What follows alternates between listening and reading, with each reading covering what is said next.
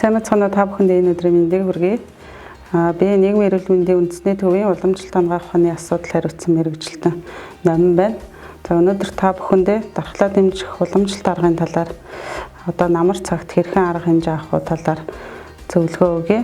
Тэгэхээр дархлаа дэмжих аргууд бол ерөнхийдөө унтаж амрах, дасгал хөдөлгөөн хийх, стресс давтахгүй байх, эрүүл зөв хооллох гэх мэтчлэн аргууд байдаг те. Тэгэхээр намар цаг болж байгаа. Намар цагт яахаа гэхээр хүний биеийн бодисын солилцоол ерөнхийдөө түргэсдэг. Ингэснээрээ уушигны үйл ажиллагаа идэвхжиж өгдөг байгаа.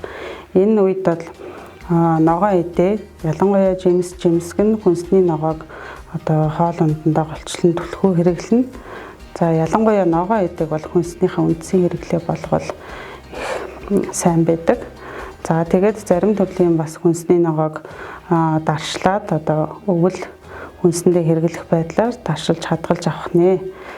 За мөн ямар бусад хүнсний зүйлийг голчлон хэрэглэх үү гэхээр үр тарианы гурил, зүгийн бал, за тэгээд бүх төрлийн хүнсний ногоо, жимсгэн гэх мэтчлэн хүнсүүдийг бол голчлон хэрэглэнэ.